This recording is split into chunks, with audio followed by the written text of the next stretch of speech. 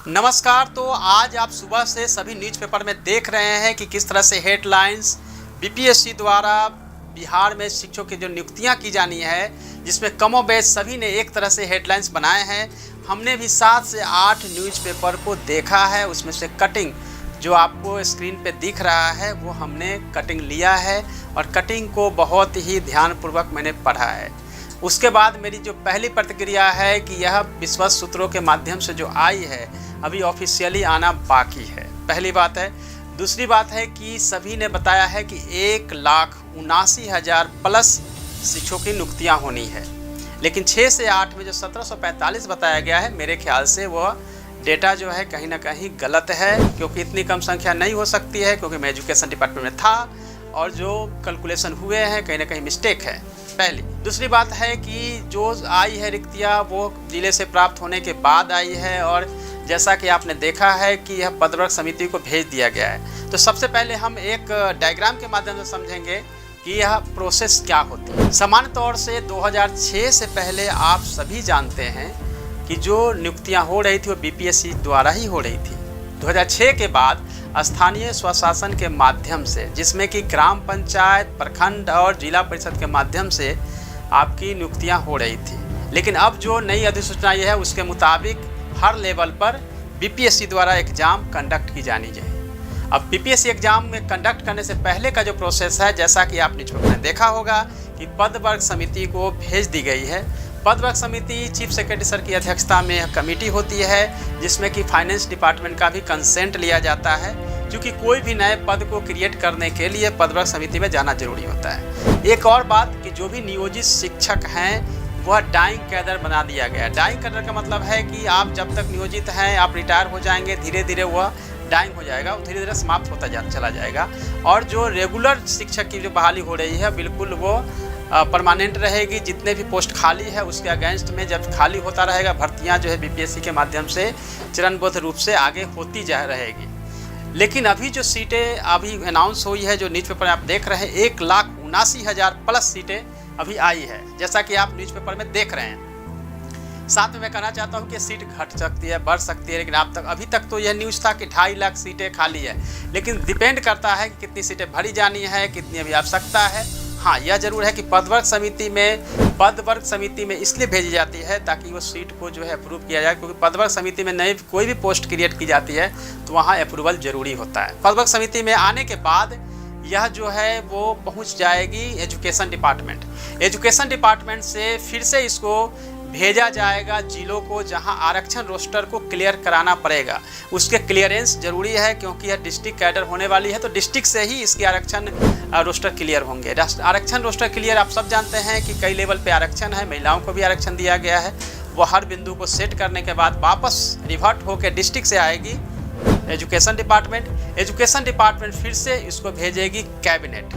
राज्य मंत्रिमंडल से अप्रूव होने के बाद अपनी अनुशंसा के साथ शिक्षा विभाग जो है उसको भेजेगी बीपीएससी। बीपीएससी एग्जाम कंडक्ट करेगी।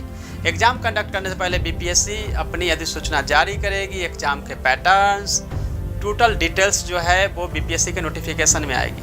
बीपीएससी द्वारा आपके एग्जाम जो है ऑब्जेक्टिव टाइप्स के होंगे, और आपको केवल और केवल एक ही फेज एग्ज़ाम देना है। उसमें आप पास कर जाते हैं, उसके बाद बीपीएससी रिवर्ट जो है करेगी। बीपीएससी के द्वारा वो एजुकेशन डिपार्टमेंट आएगी, आपके जो सिलेक्शन होने के बाद रिकमेंडेशन है, और फिर डिस्ट्रिक्ट को भेज दिया जाएगा, जहां आपकी नियुक्ति जो है मिल जाएगी।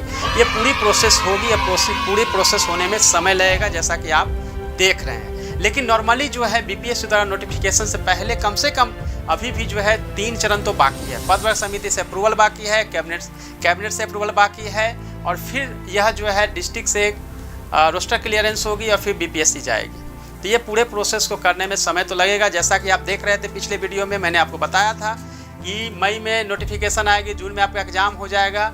इस तरह के जो है न्यूज आ रहे हैं, तो आपको मैं फिर से रिपीट करूँगा, पूरी प्रोसेस जो है बिल्कुल ट्रांसपेरेंसी के साथ सरकार द्वारा की जा रही है।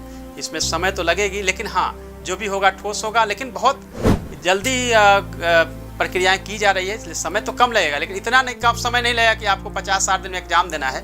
एटलीस्ट फिर से रिपीट करूंगा कि आपको 3-4 महीने का समय मिलेगा एग्जाम देने के लिए। निश्चिंत रहिए, अपनी तैयारी को आप आगे बढ़ाते रहिए, लेकिन इतना जरूर रखिए कि जब तक शिक्षा विभाग के द्वारा कोई ऑफिशियल नोटिफिकेशन नहीं आता है तब तक कोई भी जो न्यूज़ बाहर फ्लैश होती है उस पर बिलीव करना बड़ा मुश्किल होता है। बिकॉज कोई भी जो है पोस्ट या विश्वस्त सूत्रों से जो न्यूज़ आती है वो ऑफिशियल नहीं हो सकता है। इसीलिए देखा जाएगा कि 6 से 8 में आपने देखा 1745 केवल सीट बताई गई है। यह संभव नहीं लगता है, 1745 नहीं बल्कि बहुत अधिक उसमें भी सीट होगी। यह भूलवश या फिर मिस्टेक से ऐसा हुआ है जिसके चलते एक ही सोर्स से सभी जगह न्यूज़पेपर में छपी है तो सेम टू सेम सभी जगह ये चीज़ें जो है आई है। उसको एजुकेशन डिपार्टमेंट ने भी कुछ नहीं इस पर रिएक्शन आया है, कुछ नहीं कर सकते, ऑफिशियली भी कुछ नहीं है। लेकिन इस तरह से जो न्यूज़ आते हैं उस पर आप बिल्कुल घबराने की ज़रूरत नहीं है। जहाँ भी ज़रूरत होगी मैं आपको क्लैरिफाई करूँगा, आपको स्पष्ट करूँगा। आप सभी अपनी तैयारी पे फोकस रखिए और जो भी न्यूज़ आता है, जब भी आपके मैसेज आते हैं तो मुझे आना पड़ता है आपको बताने के लिए। जब मैं 6th फेज का रिक्रूटमेंट भर्ती प्रक्रिया आपकी जो नियोजन की प्रक्रिया चल रही थी तो इसी तरह से मैं कंटिन्यू आपके साथ जुड़ा हुआ था और बहुत सारे नियोजित शिक्षक आज भी हमारे साथ जुड़े हुए हैं और उनके कॉल्स मैसेजेज आते हैं तो मुझे आना पड़ता है और फिर ऑफिस का टाइम निकाल के, क्योंकि ऑफिस का काम भी होता है। तो मैंने जैसा पहले भी बताया था सैटरडे से हम आपको क्लास लेना शुरू करेंगे। आपके मटेरियल्स भी PDF के माध्यम से अवेलेबल होगा।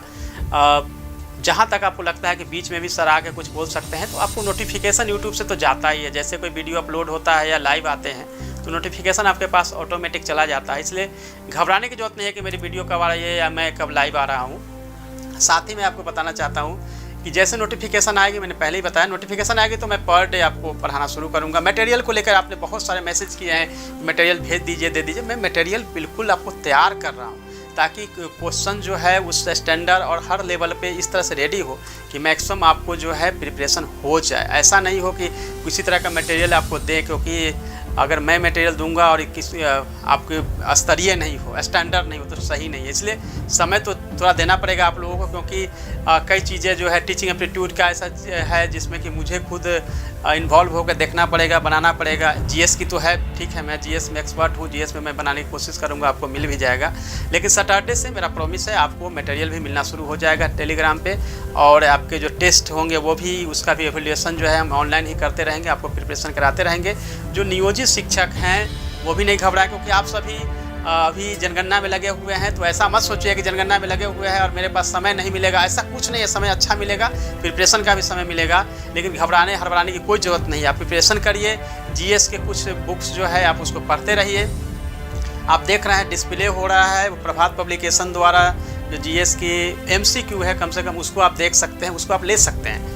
अगर ये बुक ले लेंगे तो उसमें आपकी अभी प्रिपरेशन जो है आपकी चलती रहेगी, तो उसमें से भी आप अपनी प्रिपरेशन कर सकते हैं, जो कि NCERT बेस्ड है। MCQ अब मैंने ही लिखा है लास्ट ईयर, तो उससे भी आप थोड़ी प्रिपरेशन आपकी शुरू हो सकती है। बाकी ऐसा नहीं है कि आपको बहुत सारी बुक लेनी है, मटेरियल्स लेने हैं, नहीं। मैं जो मटेरियल दूंगा उसी को पढ़िएगा, आपको बहुत सारी बुक्स लेने की ज़रूरत नहीं है, क्योंकि कई स्टूडेंट ने या कई शिक्षक अभ्यर्थी ने लिखा है कि सर इतनी सारी किताब लेंगे तो हम कंगाल हो जाएंगे। इसकी चिंता नहीं करनी है। जो भी बुक्स वगैरह होगी और जिस लेवल पे मेरी हेल्प की ज़रूरत होगी, ऑलवेज मैं आप लोगों के साथ हूँ, क्योंकि आज से 3 साल पहले से जो शिक्षक अभ्यर्थियों और नियोजित शिक्षकों के साथ जो रिश्ता है वो बहुत पुराना है और आगे भी कंटिन्यू रहेगा। और मैं आप लोगों के साथ हमेशा जुड़ा हुआ हूँ और आपको कंटिन्यू मैं आपको तैयारी करवाता रहूँगा। और जब भी इस तरह की कोई भी न्यूज़ आएगी जिसमें कि आपको आप घबराने लगते हैं, परेशान होने लगते हैं, उसको दूर करने के लिए भी आता रहूँगा। धन्यवाद, ऑल द बेस्ट।